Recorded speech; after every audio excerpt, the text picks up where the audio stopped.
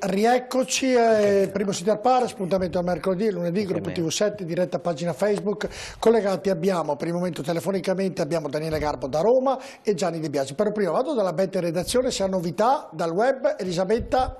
Ti riporto la testimonianza di Paolo Cannavaro, che come saprai è l'attuale vice allenatore del fratello Fabio a Guangzhou, quindi nella Superliga cinese. Dice che la squadra ormai si allena da un mese e mezzo, a giorni si incontrerà il governo per decidere appunto sugli eventi sportivi e gli spettacoli. E il campionato potrebbe riprendere a luglio, a inizio luglio.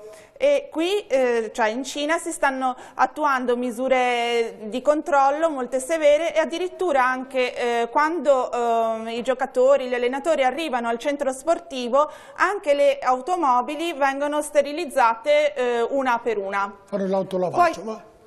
Ti dico anche che domani, manca solo l'ufficialità che dovrebbe essere data domani, che la Bundesliga è pronta a ripartire il 15 maggio. Bene, hanno fatto che la data confermata. Bene, allora abbiamo collegato Gianni De Biasi, che lo saluto, e quando vedo Gianni De Biasi sono felice perché è una persona squisita, vediamo se riusciamo a vederlo, eccolo qui. E anche Nicola Binda, li vedo entrambi. Grazie Gianni, grazie Nicola, ovviamente. Vi chiedo scusa. Sono anch'io una persona squisita? No, chiedo scusa. Non montarti la testa. Chiedo scusa del ritardo, però tra Renzo Olivieri e poi Gianni Grazioli, prima abbiamo interloquito parecchio anche con i dirigenti di Serie B, quindi avevano molte cose interessanti da dirci. E collegato telefonicamente abbiamo un giornalista che lavorava a Mediaset per tanti anni e un amico, Daniele Garbo. Ci sei, Daniele?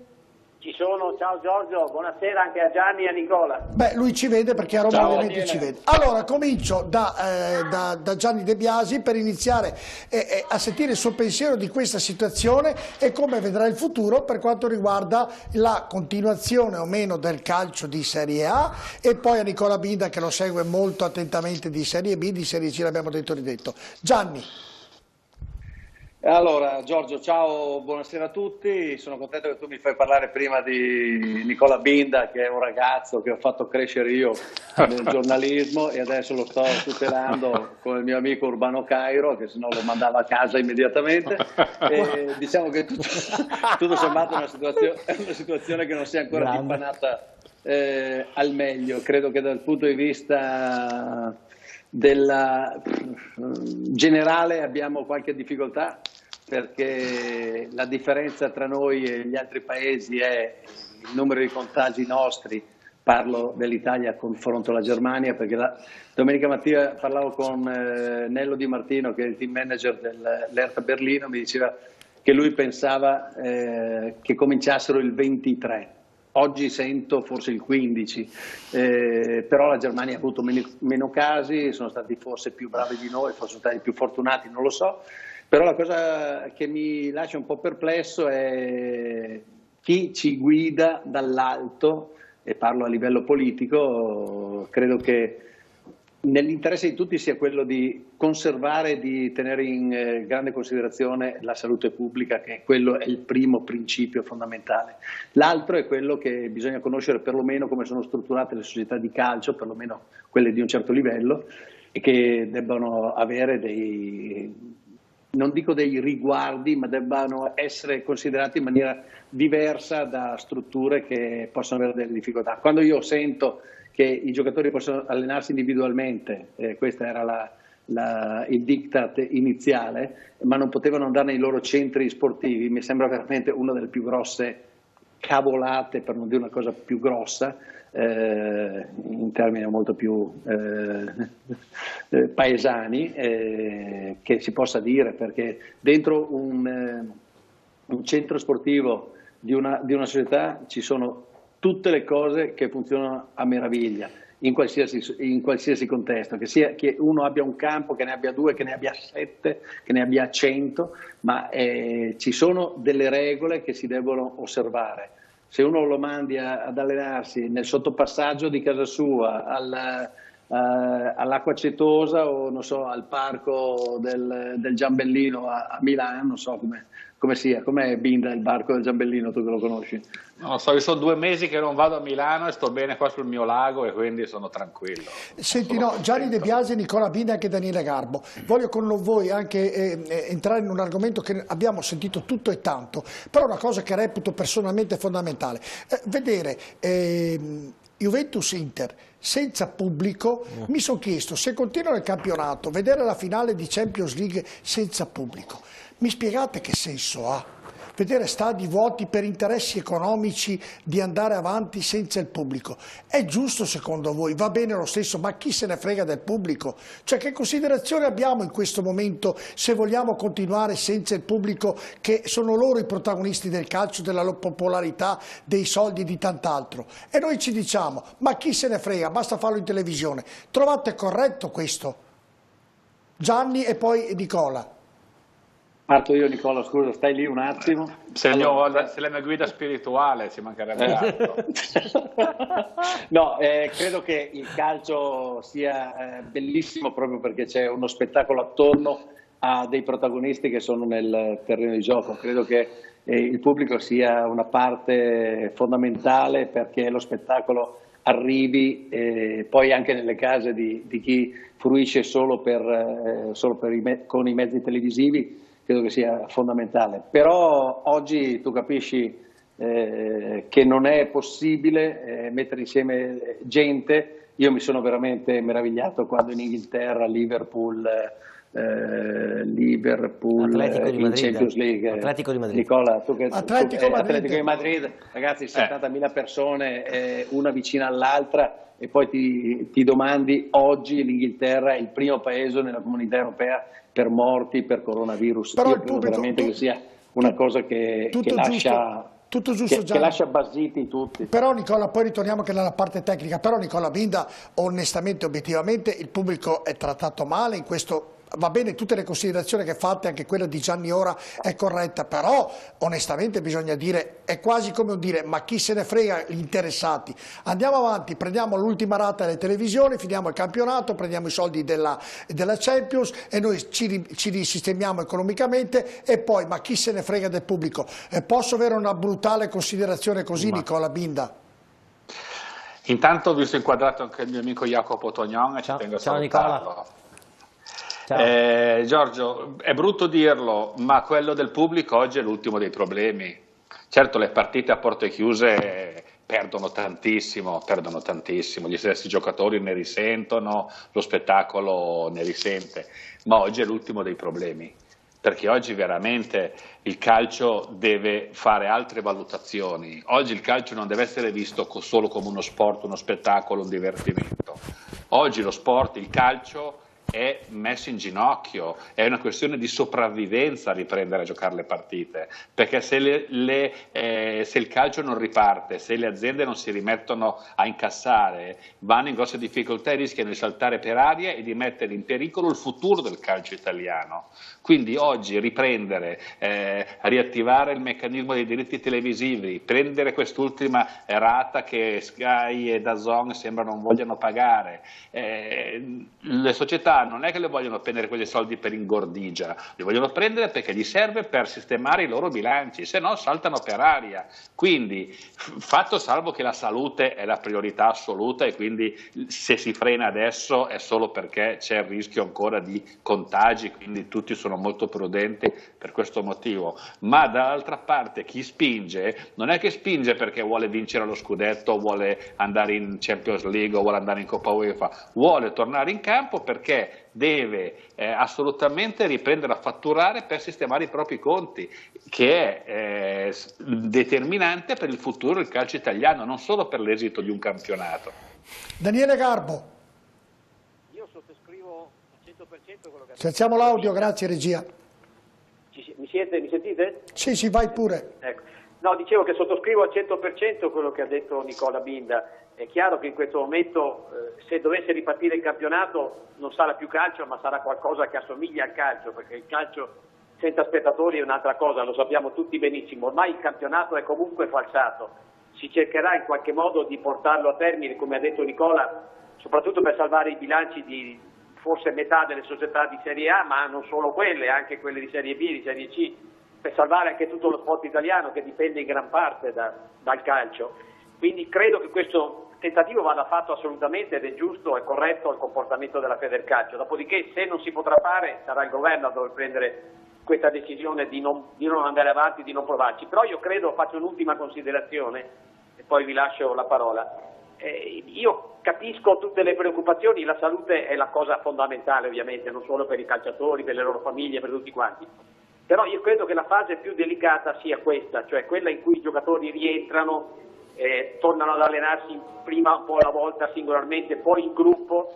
Quella sarà la fase più delicata, perché probabilmente se ci saranno dei contagi salteranno fuori in questa fase. Dopodiché io penso che dopo 3 o 4 settimane che i giocatori sono in ritiro, blindato, senza contatti col mondo esterno e così via, sanificati, tamponati, controllati, esami del sangue, tutto, quindi negativi, tutti quanti negativizzati, nel momento in cui dovessero finalmente andare in campo per il campionato, è evidente che il rischio sarebbe bassissimo, perché si dovrebbero giocare squadre composte completamente da giocatori negativi al coronavirus, certo, controllati ogni 3 giorni, con un tasso di rischio bassissimo secondo me. Ho parlato anche con degli infettivologi, con dei virologi in questi giorni e mi hanno detto che anche loro, questa è la convinzione. Ripeto, bisogna superare questa fase iniziale che credo sia quella più delicata. Perfetto.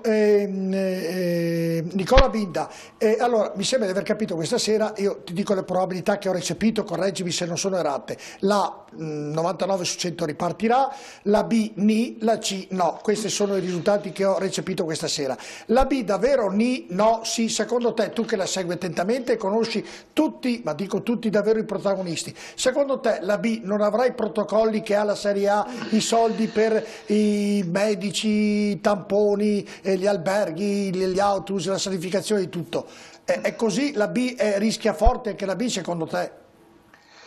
No, la B vorrebbe andare a ruota della Serie A. Per completare il ragionamento di prima, ripartire per la Serie A è fondamentale per i suoi bilanci, ma è fondamentale anche per tutti i posti di lavoro e per l'indotto che genera. Non pensiamo solo al bilancio di una società, ma a tutto quello che produce. Ricordo che l'azienda calcio è una delle prime 5 aziende d'Italia con un fatturato di 14 miliardi di euro all'anno, quindi è un'azienda che, ripeto, per questo dico che l'aspetto divertimento e sport vanno messi in secondo piano, vanno considerati questi aspetti, i bilanci e i posti di lavoro che generano e l'indotto che genera tutto quanto il movimento.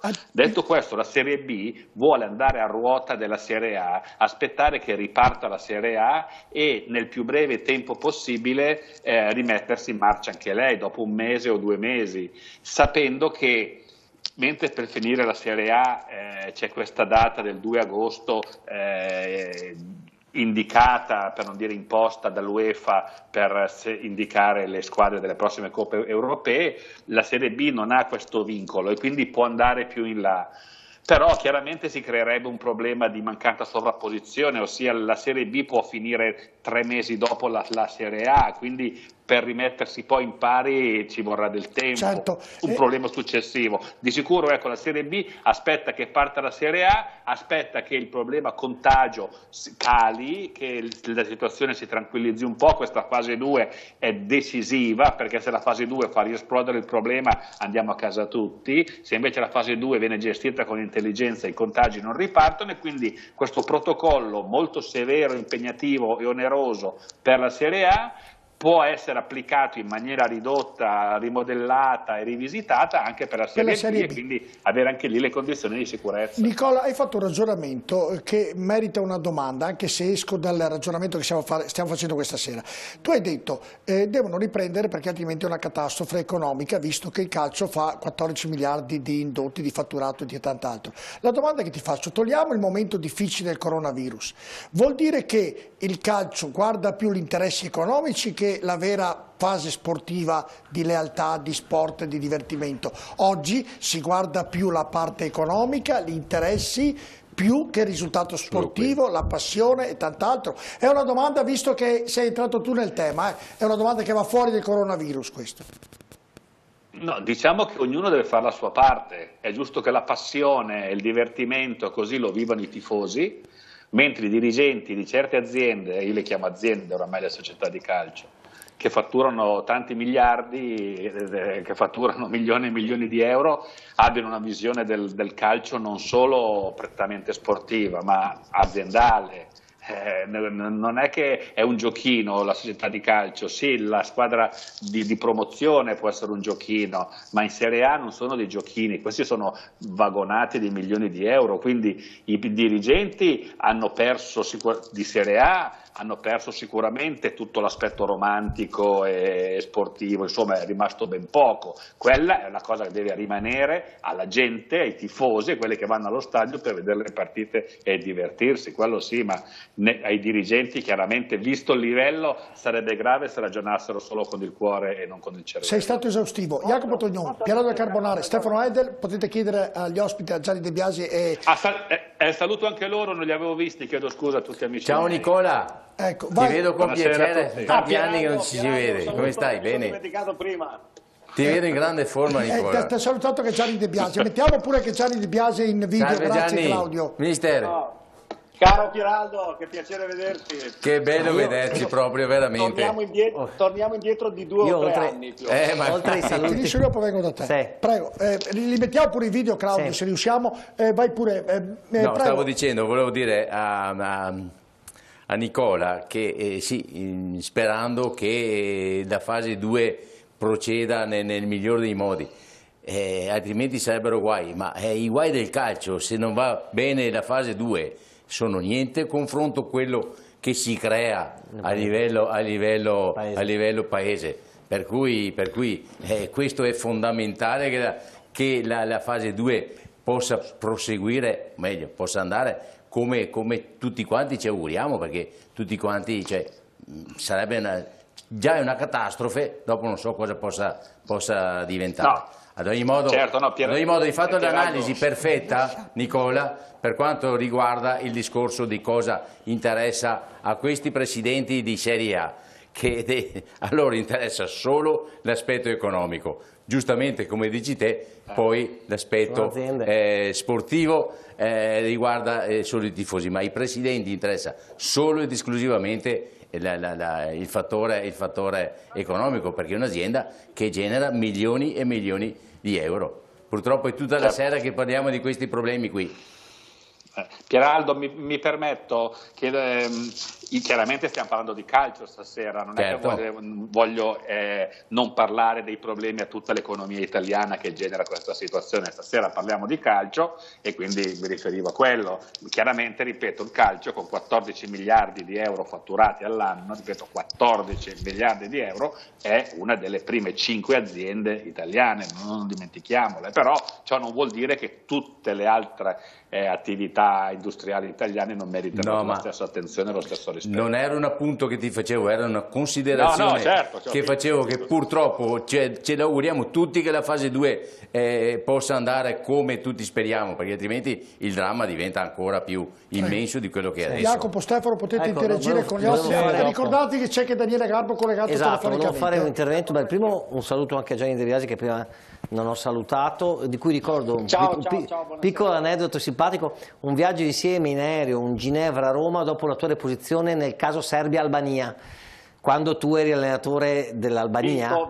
Vinto tra l'altro, e quando vado a Tirana, perché lavoro spesso ancora, il modo per avere qualunque tipo di amicizia è dire Gianni Di Biasi. Quando dici Gianni Di Biasi hai il caffè pagato, è qualunque, cioè voglio dire, è un eroe nazionale. Allora, se vado in Albania dico Gianni Di Biasi è l'eroe. È una password. È una password. Io quando vado a lavorare lì dico sempre io amico di Gianni Di Biasi. Basta, caffè pagato, non pago il ristorante. Faremo anche noi così. Ti ricordo l'Europeo 2016, certo, insomma, è quello che... Bene, la domanda che ho proposto... Se funzionasse così in tutte le squadre dove è allenato, guai. Esatto. Se vai a Modena... Anche a Modena, beh, certamente. Adesso io ricordavo la tua esperienza internazionale. La domanda per voi tre è questa. posso vincere in tutti i posti del mondo, La domanda per voi tre è questa, che è una domanda che faccio con un vero interesse personale, quindi sono veramente bieco di sottofondo in questa domanda, perché voglio sentire il vostro parere su questo scenario, dicete voi chi primo che risponde, lo scenario è quello che dice appunto in qualche modo Giorgio sì, ni, no, io dico invece facciamo finta che sia sì, no, no, bello come gioco, che la B e la C non partissero. Allora, con i campionati cancellati, sospesi, terminati, come vedete il gioco delle promozioni e retrocessioni, oppure il fatto che non si debba... Sto chiedendo cosa ne pensano, così non fai la domanda a me, perché so che l'avevi pensata di fare, allora, la faccio io. Allora risponde Daniele Garbo, chiedo rapidità. Quali sono le soluzioni migliori per loro? Daniele Garbo, la soluzione migliore per te, visto se non riparte la B e la C? Adesso ve lo dico, poi volevo anche aggiungere una cosa. Allora, la soluzione migliore è difficile trovare la soluzione ideale per tutti, però io penso che potrebbero fare 2 promozioni dalla Serie B alla Serie A, perché Benevento credo abbia tutto il diritto di essere promosso e dietro adesso non mi ricordo chi c'è alle spalle, Crotone. c'è una lotta fra Frosinone e Crotone, ecco, esatto. E dopodiché si potrebbe retrocedere solo 3 squadre dalla B alla C e promuovere le prime 3, quelle che attualmente sono in testa, con un ampio vantaggio nei 3 gironi di Serie C, perché il Monza ha già stravinto il campionato, Vicenza mi sembra avviato e la Regina per il girone C mi sembra che meriti la promozione. Bene Daniele, bravo Daniele, bravo, hai fatto fuori il Padova, bravo. Complimenti. Daniele, scusa, però voglio chiederti una cosa. Fatto una battuta la mia. Sì, voglio chiederti una cosa che è questa. Mi permetto di darti tu, scusami, ma bene, questa è una tua proposta. Ti ricordo però che se poi c'è per la teoria dei vasi comunicanti, io dovrei mandarne giù 9, prenderne 9 dalla Serie D, ragiono così alta voce per carità, però ti ricordo che in C noi abbiamo solo 3 dirette e 6 invece sospese con play-out. Cosa mi dici di questo? È complicato, è complicatissimo perché poi a cascata c'è anche la Serie D che ovviamente promuove non so quante squadre, sono quanti gironi di Serie D, quindi voglio dire è complicatissimo. È un rompicapo, bisogna veramente mettersi a tavolino e trovare la soluzione cioè diciamo meno dannosa. Io volevo, se mi consentite, in 30 secondi aggiungere una cosa a quello che ha detto Nicola Binda prima. Il problema drammatico del calcio è uscito ingigantito da questa situazione. Perché? Perché è sbagliata la distribuzione delle risorse nel nostro calcio di Serie A. In Inghilterra più o meno la torta degli introiti del calcio è divisa in maniera quasi equa, un terzo grosso modo fra diritti TV, merchandising e incassi da stadi. In Italia le società di Serie A dipendono per il 75% del loro bilancio dai diritti TV e questa è un'evidente stortura che sta uscendo fuori clamorosamente adesso, perché è troppo sbilanciato, no? Nel caso in cui la società che detiene i diritti TV dovesse fallire, cosa succede alla società di calcio? Ok? B, nel caso la società l'anno prossimo scadranno i diritti, quindi si parlerà di diritti 21-24, quando andranno a rinnovare Sky, mettiamoci anche da Zoma, Sky che è il principale ovviamente detentore di diritti in questo momento, anziché offrire, mettiamo 100, ti offre 50. Cosa fanno le società di calcio? Che hanno contratti pluriennali in essere con i giocatori. Domanda lecita. Gianni De Biasi, tu come vedi il futuro se, come diceva Jacopo Tognon, la B e la C non dovessero terminare il loro campionato? Tu come vedresti il futuro? Ma guarda, è una situazione veramente anomala e quindi la prima volta che succede. Io credo che per la Serie A direi se termina così senza giocare più, credo che la Serie A non dà il titolo. Le prime 4 che attualmente si trovano lì andranno in Champions, il resto direi 2 retrocessioni secche dalla Serie A con 2 promozioni dalla Serie B e il resto poi fate voi, perché io faccio un altro mestiere e quindi lascio questa gatta da pelare a chi è preposto a farlo. Ma il problema Nicola Binda la risposta, poi vengo da te. Nicola Binda la risposta, vedete Nicola Binda per Jacopo Tognon, a domanda di Jacopo Tognon. Nicola Binda la risposta a Jacopo Tognon. Secondo me Jacopo ha fatto un trabocchetto perché con questa domanda e queste risposte ci sono degli avvocati di esperti di diritto sportivo che si sfregano le mani pregustando la marea di ricorsi pronti a rivendicare, a fare, perché ogni cambiamento di format, di formula, di meccanismo dà atto a qualsiasi società che si ritiene danneggiata di ricorrere in tribunale, quindi vorrebbe dire mettere a rischio la prossima stagione addirittura. Quindi io non credo che ci saranno delle modifiche dei format di questo tipo, però se non si riparte bisognerà trovare una soluzione, e credo che la soluzione per quanto riguarda i verdetti, no?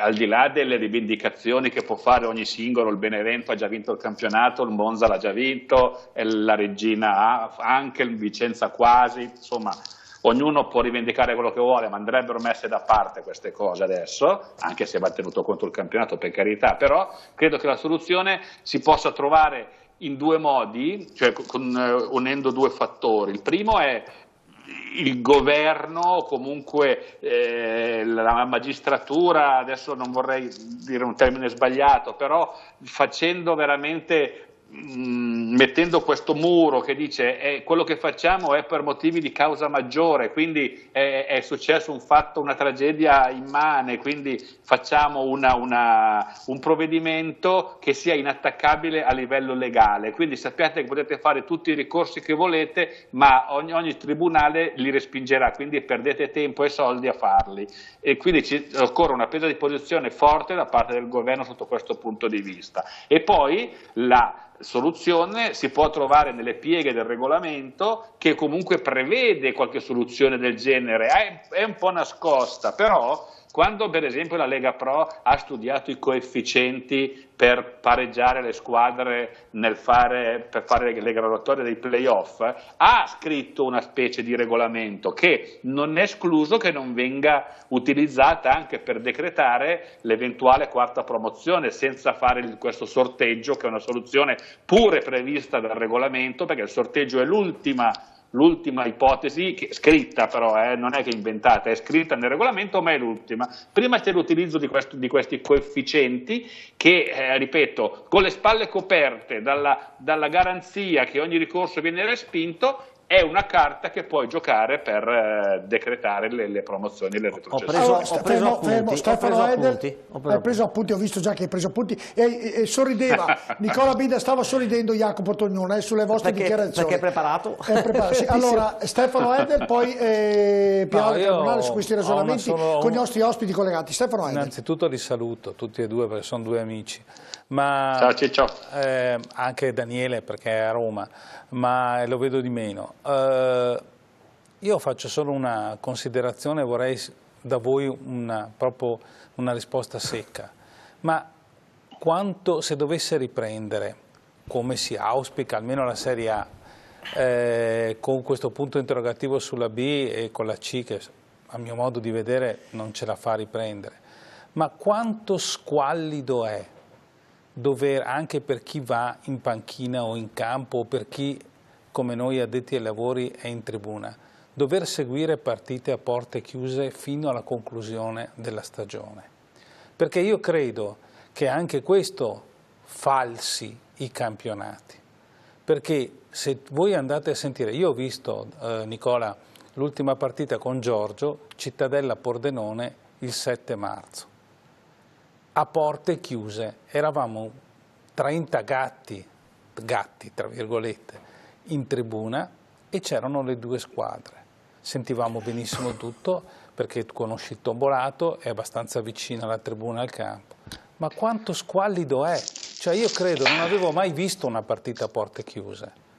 Credo che sia uno spettacolo che squalifica tutto. Io vorrei sentirlo anche da un allenatore come Nicola Gianni. ha detto che gli interessi sono altri, Nicola. Lo so, ma dico... No, voglio dire, anch'io quel giorno lì o il giorno dopo, non mi ricordo più, ero invece a vedere Pisa-Livorno, che è una partita che di interessi di classifiche ne aveva pochi, ma il bello di Pisa-Livorno è che è uno dei derby più sentiti d'Italia, c'è sempre un ambiente bello caldo e rovente. Vedere Pisa-Livorno a porte chiuse vi assicuro che è stato di una tristezza certezza immane, così come ho visto Entella Crotone, al gol del Crotone non se ne è accorto nessuno, perché senza un boato, senza niente, ho dovuto dire ma cosa fanno quelli, si abbracciano? Ah sì, ha fatto gol, vabbè, sono rimbambito io, però per dirvi l'ambiente com'è squallido, però Stefano, te l'ho detto, sappiamo che è una cosa deprimente, ma non è la priorità oggi. Oggi purtroppo il calcio ha una necessità di sopravvivere, di rimettersi in piedi e ripartire, se no il nostro futuro è drammatico. Posso aggiungere allora Stefano, se posso dire, io concordo con quello che dice Nicola adesso. Mi dispiace per lui perché quando c'era il pubblico almeno si accorgeva che c'era il gol, che normalmente adesso non se ne accorge, ma non capisce neanche se la partita l'ha vinta uno o l'altro. No, non esageriamo, non esageriamo. Sta scherzando Nicola, ovviamente.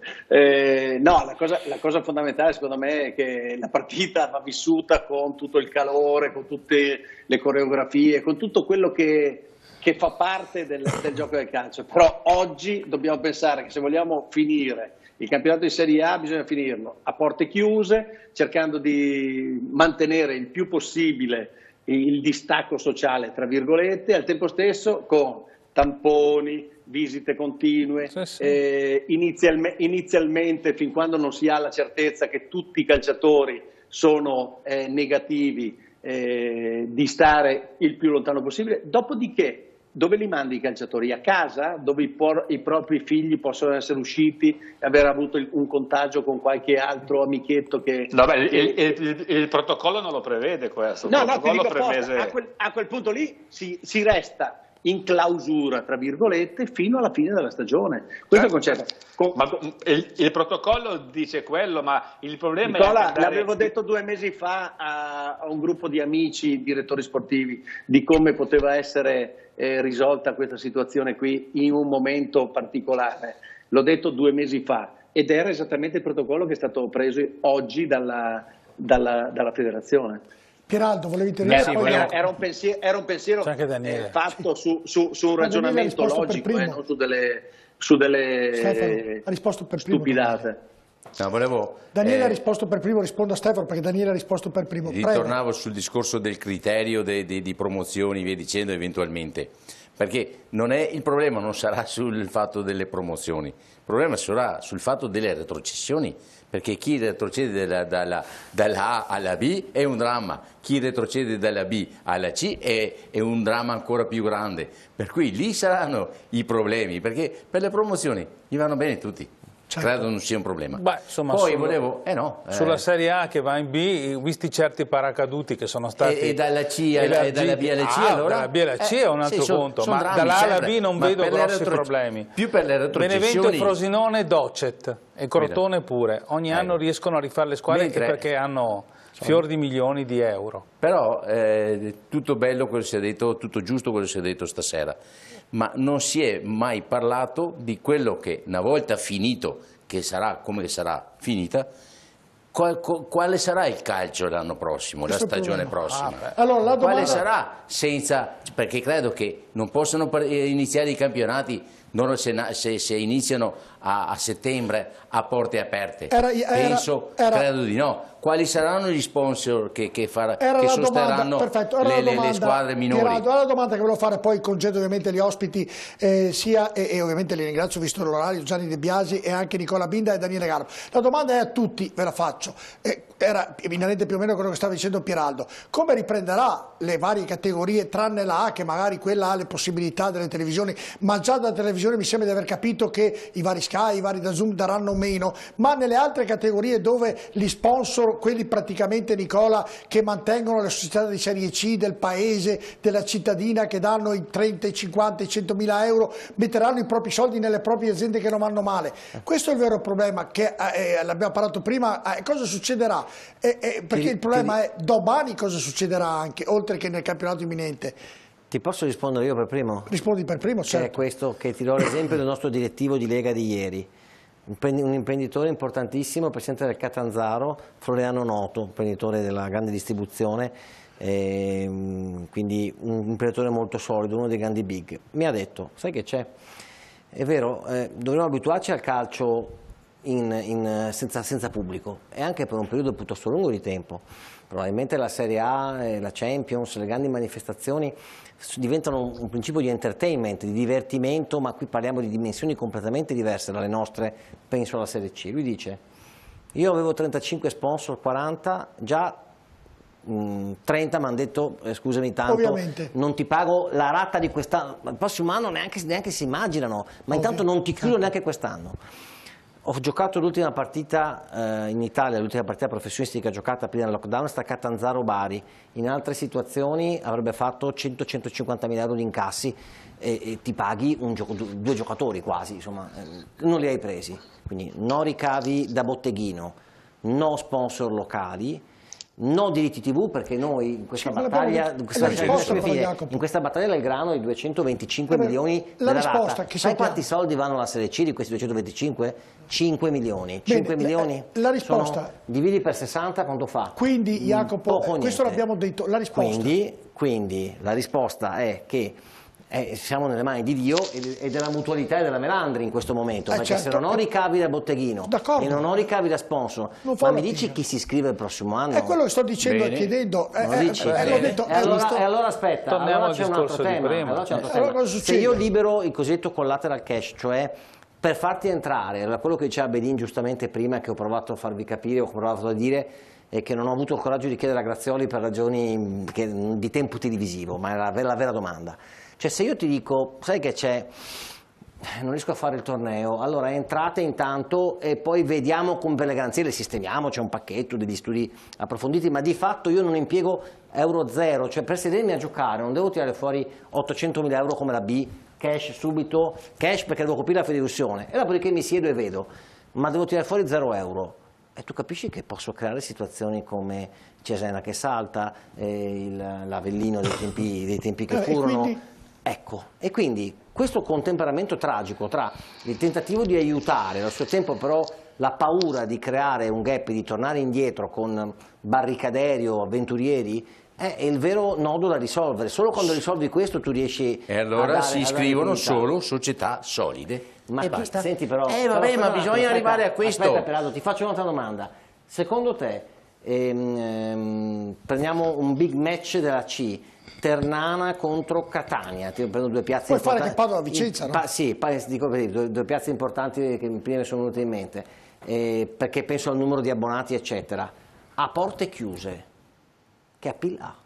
Che già Juve e Inter la guardiamo così, ma alla fine, e tu dici dal vivo, non è, ma la guardiamo, ma Ternana, cioè, chi la vede? D'accordo, ragazzi, allora, noi della C siamo veramente preoccupatissimi. Prima che rispondano, devo dirlo, scusami, allora, siccome se ci la sarà... Serie A non ci dà i soldi, allora vuol dire che non ci vuole, non vuole formare i giovani, non vuole... Come questo sarà, il prossimo sarà un campionato di transizione. Sarà un campionato senza pubblico, Piraldo? Sì, ma sarà un campionato, dobbiamo metterlo come un campionato di transizione. Bene. Allora, sfruttiamo il momento di fare questa famosa riduzione e di questa riforma. Ma se Grazioli ti dice, allora andiamo sempre avanti, come siamo andati avanti il Consiglio federale non nel casino più totale. Sì, ma se Grazioli ti dice... L'articolo 50 è cambiato. Grazioli ha detto... Ha sbagliato Di Gianni, ma lui ha detto, le riforme comunque, se dovessero essere attuate, non prima del 2021-2022. Non è così, Stefano, non è così. Io dico per cause di forza maggiore l'anno prossimo succederà una mezza rivoluzione. Nicola Binda, Gianni De Biasi e Daniele Garbo, che poi li congedo ovviamente perché è tardi. Volevo sentire il pensiero proprio come si ripartirà, con quante squadre, per tutti i motivi che avete sentito e che poi conoscerete profondamente, Nicola, perché le società piccole ovviamente non hanno più gli imprenditori che daranno i soldi perché li metteranno, visto le difficoltà, nelle proprie aziende. Ovviamente. Perché se quello della grande distribuzione del mangiare... Ed è uno dei primi 5 imprenditori della C. No, pensa agli altri. No, ti ripeto che è l'unico reparto che è funzionato in questo periodo, pensa a tutti gli altri. Pensa agli altri. Esatto, e quindi cosa succederà? Nicola Binda, Gianni De Biasi e Daniele Garbo. Ma in questi ultimi giorni sono circolate varie ipotesi di riforme, si è fatta la riforma, 2 serie B, 3 serie D, ma un po' di confusione è stata fatta. Io, la Federcalcio ha studiato, cioè Gravina quando è stato eletto nel suo programma elettorale aveva in mente una riforma dei campionati, dopo l'elezione hanno fatto delle riunioni, delle commissioni per portarla avanti, ma una volta scoppiato questo problema tutto si è fermato. La Federcalcio non può oggi mettersi a studiare una riforma dei campionati, anche perché una riforma del genere avrebbe bisogno, non dico del sostegno, ma comunque del battesimo da parte del governo, no? Perché ridurre il numero, fare il 40% di professionisti in meno, ridurre il gettito fiscale, ridurre, scusate, le uscite fiscali per lo Stato di una cifra importante, insomma non è che una riforma si fa solo cambiando il numero delle squadre nei gironi, la riforma va fatta, poi i posti di lavoro però, che perdono gli allenatori, i giocatori, quindi ogni riforma adesso è stoppata e negata.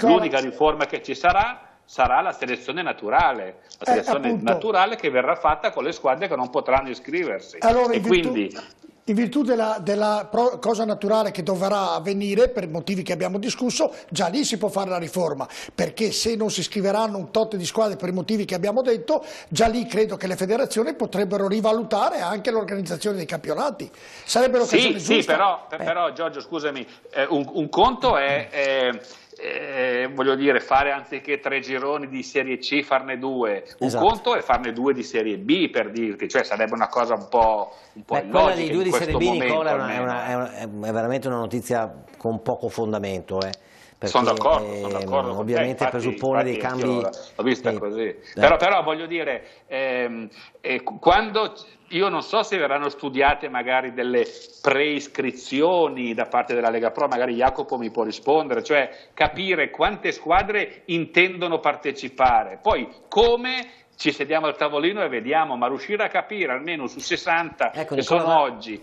quante tra un mese sarebbero disposte a ripartire, già uno screening che ti darebbe l'idea della situazione. Poi se ne hai 20, ne hai 30 o ne hai 40, ragioni anche sull'eventualità di aggiungere delle squadre dall'interregionale, per esempio, oppure di bloccare le retrocessioni, che è un'altra ipotesi che è stata valutata dalla Lega Pro. Il pensiero di Gianni Di Biasi, appunto, se sarà una selezione naturale, come diceva Nicola Binda, come mi trovo anche d'accordo. Volevi dire qualcosa, Jacopo? Che esattamente questo è il cuore del problema, che affronteremo magari in un'altra trasmissione, perché è lunga la risposta. Quello che però mi sento di dire se la riassumi, se te la riassumi in una battuta, è quella per cui oggi un sondaggio che abbiamo fatto, che stiamo già facendo tra le varie società, ci dice che, ti do un numero che non ti stupirà, il 98% delle squadre ritiene che il crollo dei ricavi possa minarne, cioè tutti rispondono preoccupatissimi. Il modo per farle entrare, per aiutarle, è togliere tutta una serie di pesi quello che abbiamo già detto. Ma quello apre un rischio enorme. Chi si prende questa responsabilità? Io invece farei il contrario. Io invece farei il contrario. Metterei degli oneri ancora maggiori e in maniera tale che si iscrivino solo squadre solide. Gianni De Biasi, come vedi il futuro per i ragionamenti che siamo a Serie C? Abbiamo chiuso così. Gianni De Biasi, in conclusione, come vedi il futuro nei ragionamenti che abbiamo fatto? Perché poi voi ci lavorate, insomma, credo, Gianni, davvero che sia un momento difficilissimo, ma che sia un momento, anche se ci sono persone intelligenti e brave, di ripartire in una maniera diversa dal solito, in una maniera più corretta, dove non ci sono i mercenari, quelli che vanno lì e proprio affossano le società e vanno per i vari. Credo sia anche l'occasione giusta, se ci sono brave persone, per rivalutare il nostro calcio. Sì, Giorgio, d'accordo con te. Il problema di fondo è che siamo alla fine di una stagione e siamo alla vigilia. È saltato un po', vediamo se riusciamo a ripristinare. Di come sarà il futuro. Mi sentite? Sì, ti sentiamo adesso. Mi sentite? Vabbè, lo lasciamo e poi ci sono dei momenti. Una stagione e all'inizio di una nuova stagione. Era andata via la voce, Gianni, un attimino, puoi ripetere quello che avevi detto gentilmente? Niente, non c'è il collegamento con Gianni De Biasi. Una stagione, siamo all'inizio di una... Continua a ripetere. Perché riparte proprio da quel punto lì. Allora, sentiamo Daniele Garbo, poi ritorniamo per salutare. Daniele, rapidamente, come sarà il futuro? Veloce, Daniele, grazie. Sì, ovviamente stiamo raccogliendo macerie, il calcio si trova nella stessa situazione in cui si trova il paese, ci sono ristoranti che non riaprono, alberghi che non riaprono, aziende che chiuderanno e che falliranno, quindi anche il calcio avrà problemi drammatici di sopravvivenza. Io credo che avverrà quello che ha detto Nicola Binda, che ci sarà una selezione naturale, poi bisognerà mettersi a tavolino e decidere. L'unica cosa che mi auguro da questa tragedia che è stato il coronavirus è che il calcio italiano capisca finalmente che bisogna cambiare registro, che bisogna smetterla di vivere al di sopra delle nostre possibilità e che bisogna far quadrare i bilanci, che bisogna smetterla di truccare i bilanci con le plusvalenze fittizie, che sono un modo per truccare i bilanci, e che finalmente si torni a fare un po' di pulizia. Perfetto, grazie Daniele, ha ragione Pieraldo Carbonara, dice praticamente chi ha i soldi si iscrive, chi no, quello che ha detto Daniele è quello che continua a dire anche Pieraldo. Meno squadre, però quelle che ci sono danno una certezza, una sicurezza di pagamenti, di rispetto, di regole e di tant'altro. Grazie Daniele Garbo. Vediamo se riabbiamo, ovviamente per salutare Nicola Binda e anche Gianni De Biasi, vediamo se li riabbiamo, così li congediamo, li salutiamo. Certo. E li ringraziamo ovviamente della loro disponibilità. Volevo fare una domanda anch'io, posso? Certo, certo Nicola. No, volevo chiedere a Gianni cosa stava sorseggiando, perché mi ha fatto venire sete. Gianni, vediamo se c'è Gianni, me li fate vedere, vediamo, eccolo qui. Gianni, cosa stavi sorseggiando, Gianni? Sì, mi sentite? Mi sentite? Sì. Ma, una sciocchezza, un gin tonic normale, dai. Grande. Grazie Gianni, grazie Nicola, grazie, molto gentili, grazie davvero. Ciao Nicola. Che lui impazziva. Grazie, Ciao Gianni, ciao Nicola. Ciao a tutti, grazie. Noi invece andiamo in pubblicità, buonasera nell'ultima parte dedichiamo anche ai dilettanti, abbiamo Giuseppe Ruzza, Presidente della Federazione Veneto dei Dilettanti, per sentire se hanno trovato una soluzione che per quanto riguarda questi campionati, proprio nell'ultima parte, tra poco. Cioè, sai